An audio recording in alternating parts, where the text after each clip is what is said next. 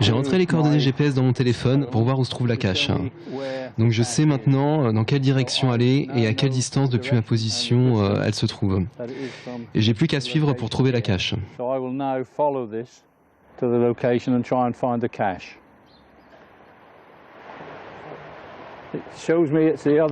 Ça semble être de l'autre côté du pont.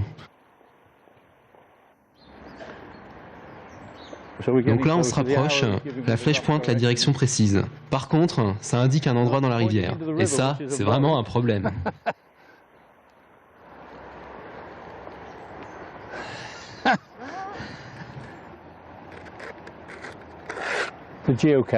La géocache, le Graal. Cette fois, ils n'ont pas trop eu à chercher, mais ce n'est pas toujours le cas.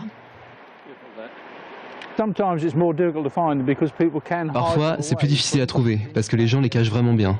Par exemple, en Espagne, de l'autre côté d'un garde-corps, il y avait une corde qui pendait, avec au bout une boîte, et on devait la remonter en tirant. L'indice, c'était la pêche. Donc on l'a trouvé de cette manière.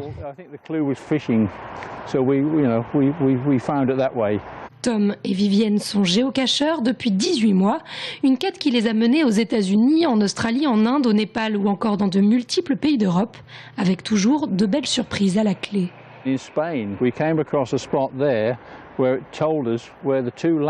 En Espagne, on est allé à l'endroit où les deux masses terrestres de l'Espagne et du Portugal avaient rejoint celles du continent européen il y a des millions d'années. Et en fait, au point de contact, il y a toute une série de strates rocheuses visibles sur la plage. Et c'est sûr que ça, on ne l'aurait jamais su sans le géocaching. C'était vraiment chouette. Où qu'on aille, c'est parfait pour découvrir des choses. Pour Tom et Vivienne, direction maintenant la Normandie pour poursuivre leur quête. Le géocaching, une chasse au trésor juste pour le plaisir, pas vraiment d'objectif, rien à gagner, mais tellement à découvrir.